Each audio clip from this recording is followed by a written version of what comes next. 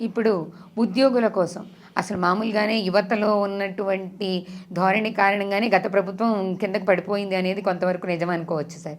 మరి ఉద్యోగుల కోసం, యువత కోసం ఇప్పుడున్న ప్రభుత్వం ఏం చేయబోతుంది? ఎలాంటి పథకాలు తీసుకురాబోతున్నారు? వాళ్ళకి ఏం చేయబోతున్నారు? ఇప్పుడు నేను ఇంతకుముందు ఇదే చెప్పాను మేడం. ఎందుకంటే చంద్రబాబు నాయుడు గారు వడ్డించిన విస్తరణ పెట్టారు. ఆ వడ్డించిన విస్తరణ ఎలాంటిదంటే ఈవెను మనం అమరావతిలో కూడా ఎన్నో బిల్డింగ్స్ 80% కంప్లీట్ అయిపోయినాయి.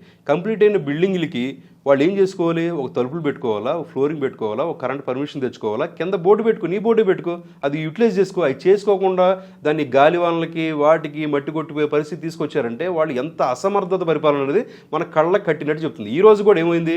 2014 నుంచి 19 వరకు ఎన్ని పరిశ్రమలు అయితే శాంక్షన్ చేశారో, ఎన్ని పరిశ్రమలు తీసుకొచ్చి స్టార్ట్ చేశారో ఆ పరిశ్రమలు కూడా మూత పెట్టే పరిస్థితి తీసుకొచ్చింది వైఎస్ఆర్సీపీ ప్రభుత్వం.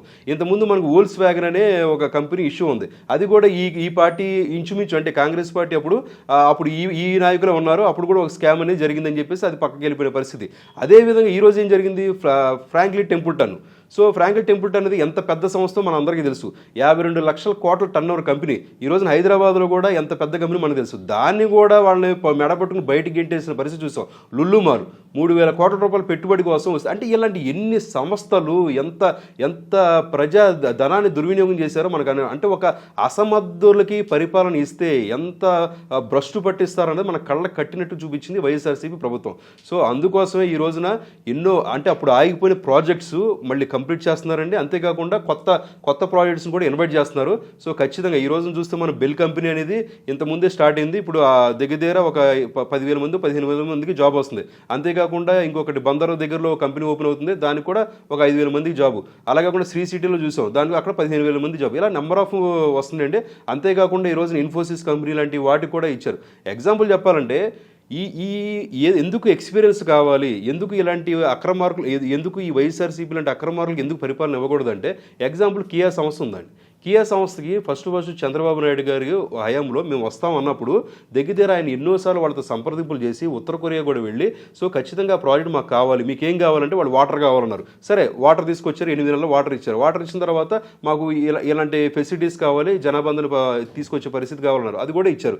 ఇచ్చిన తర్వాత కూడా దీనికి ఏంటంటే కొన్ని సబ్సిడీస్ ఉంటాయి, కొన్ని జీవోలు పాస్ చేశారు.